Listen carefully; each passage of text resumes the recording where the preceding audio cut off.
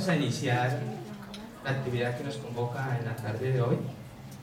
Antes, agradecer al profe Alexio, director del Banco de la República, área cultural, Gerardo, a la profe Lina, a los maestros en formación de futuro, profe Marco, amigos, amigas todas. Demos inicio a este evento. El tema que nos convoca en la tarde de hoy se titula El lugar de la educación y el profesor en la historia constitucional de Colombia. Pues un poco de qué voy a hablar. Una lectura de las 10 constituciones que hemos tenido, o sea, las 10 constituciones que hemos tenido como república, tomando como inicial la constitución de 1821, que se conoce como constitución de Cúcuta o constitución de 1821, de ahí arrancamos. Trasegamos las 8 constituciones y llegamos hasta la constitución de 1991. Una lectura, una mirada un poco desde un educador, ¿cierto? Habla de un educador, la mirada sobre la educación y el maestro en las 10 constituciones. Pero además de eso, entonces hacemos una mirada, los contextos, la circunstancia en la que se producen, o mejor, se crean las 10 constituciones. También quiero aclarar que hay otras constituciones, digamos, como ejemplo la constitución de Cúcuta de 1811, ¿cierto?, que no están en esta reflexión porque no están consideradas como las constituciones de la República. Sí fueron constituciones, pero fueron en esa intentona de construcción de la República, todavía bajo el dominio del Imperio Español. ¿Sí? También hago esa claridad. Entonces, en ese sentido, la última constitución que tenemos, la vigente, es la constitución de 1991. A la fecha tiene ¿cuántos años? ¿19 años? De constitución del 91 tiene 22 años, ¿cierto? Bueno, cosas como esta que también sirven para el análisis y la comprensión, es que la constitución de 1991 ha tenido en promedio unas 27 reformas. O sea, unas 27 reformas. Cambio, le quitan, le ponen, le modifican, le agregan. Entonces, digámoslo así, que la han modificado 27 veces. Una de esas modificaciones, voy a mencionar una, es la reforma para la reelección del presidente Uribe. Esa es una de las tantas 26 más. Hemos tenido entonces, en 200 años de república, 10 constituciones. En promedio, hemos tenido cada 20 años una constitución. En promedio, ¿no? ¿Sí dan las cuentas? ¿Sí suman? Si tenemos 20 años de república, 200, y hemos tenido 10 constituciones, entonces en promedio cada 20 años estamos generando una nueva constitución. Bueno, que eso también sería interesante mirarlo, porque este cambio permanente, modificaciones de las constituciones, ¿cierto? Bueno, ¿eso qué genera? ¿Eso qué pasa? ¿Por qué cambiamos tanto de constitución? Bueno, pues también seguramente en algún momento vamos a hacer la reflexión. Voy a referirme entonces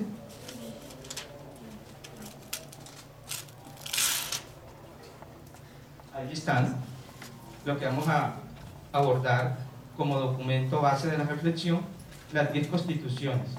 Ahí hago la aclaración. La reforma de 1843 y la reforma de 1853 como tal no fueron unas nuevas constituciones, pero fueron reformas que estuvieron centradas sobre el tema de la educación y la creímos necesaria y también lo creímos pertinente.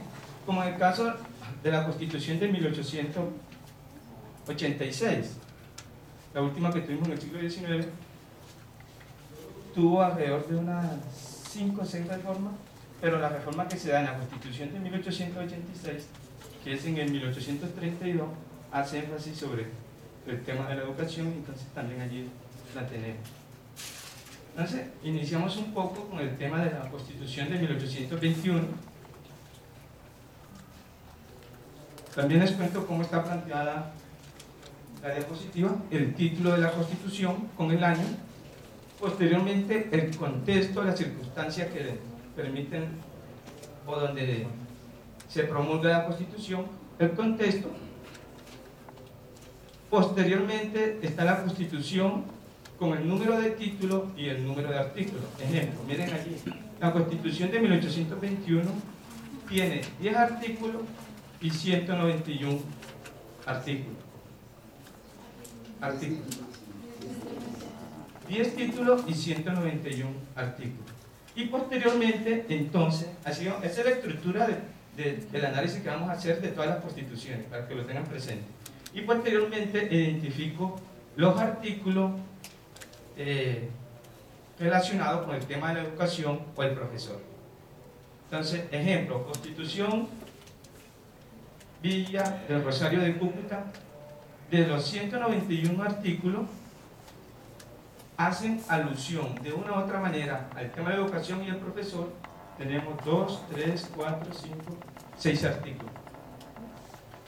Entonces, esa estructura es la que vamos a encontrar, y de la manera como he hecho el análisis, la mirada, constitución sobre constitución, la miramos, la observamos, cuáles nos hablan de educación, de circunstancias y el análisis. Entonces, ¿está claro cómo vamos a abordar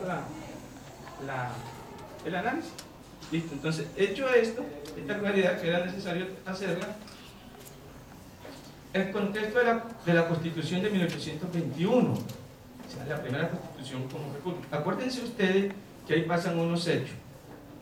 Se da la batalla de Boyacá el 7 de agosto de 1819, ¿cierto? O sea, son circunstancias, el contexto en la cual se crea la Constitución de 1821. Está la batalla de Boyacá que se da en 1819, el 7 de agosto, en el puente de Boyacá, lo que ya sabemos, historia, ¿cierto? Historia básica de primaria. Y allí pasa lo siguiente: ¿cuál era la demografía? ¿Cuál era la población de Colombia? Bueno, eso también lo vamos a mirar. ¿Cuál era la población de Colombia en estos contextos?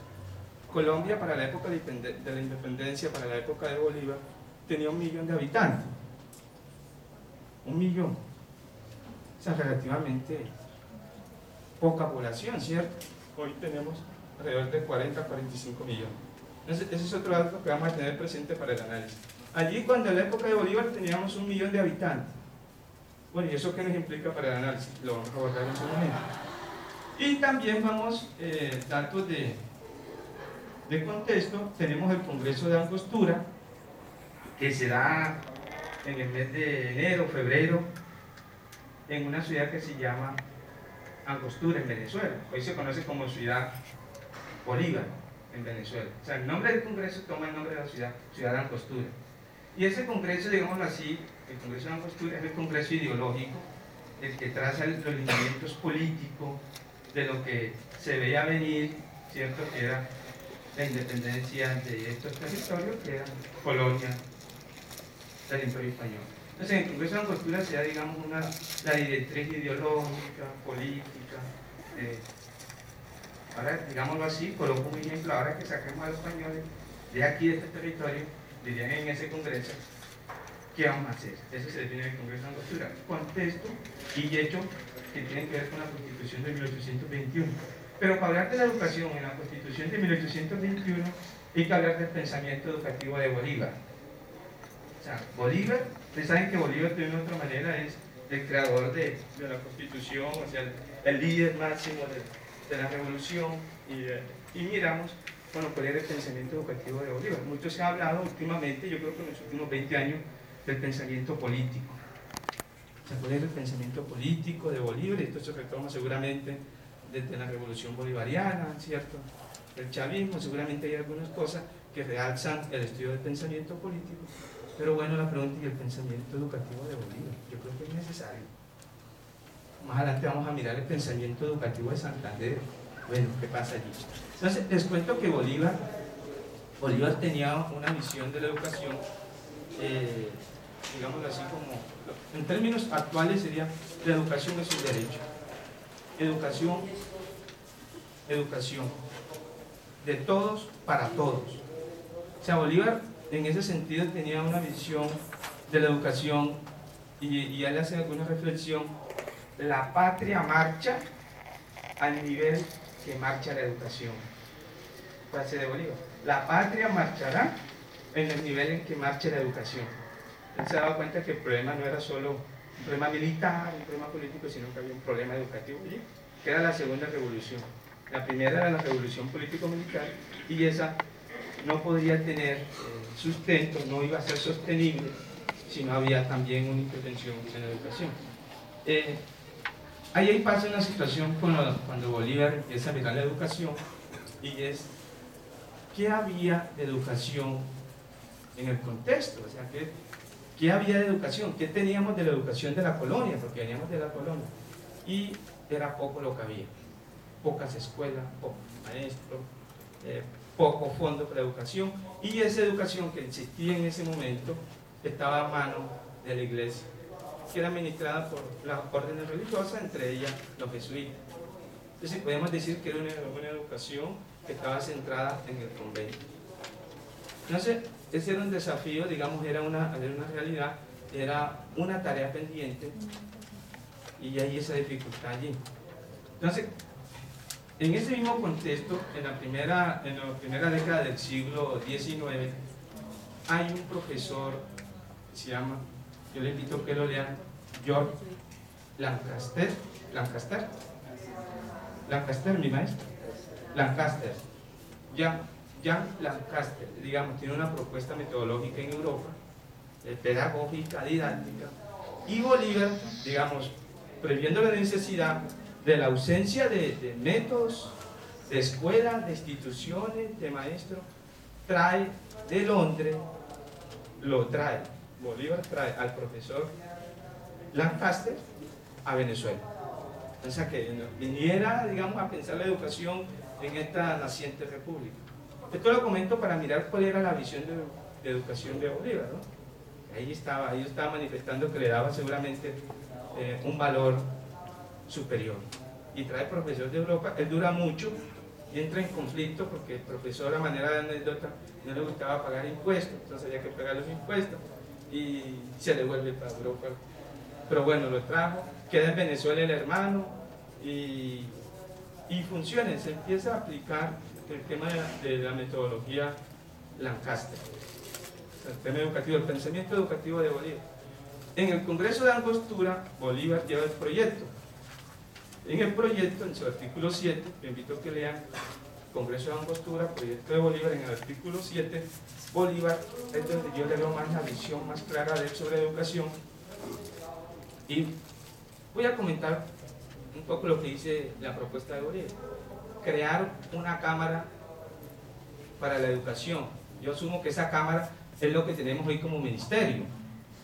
Dice así en el proyecto, textualmente, artículo 7, crear una cámara para la educación que se encargará de la construcción de escuelas, de la planeación de las instituciones, de la formación de maestros, de garantizar los recursos para la formación. Otra cosa que Bolívar le daba importancia era la traducción de los textos clásicos, que sabe que Bolívar lee los clásicos. Rousseau, ¿cierto? Fue un texto cabecera para Bolívar, seguramente debió haber leído el Emilio, y allí Bolívar propone: la revolución es sostenible si le metemos el tema educativo.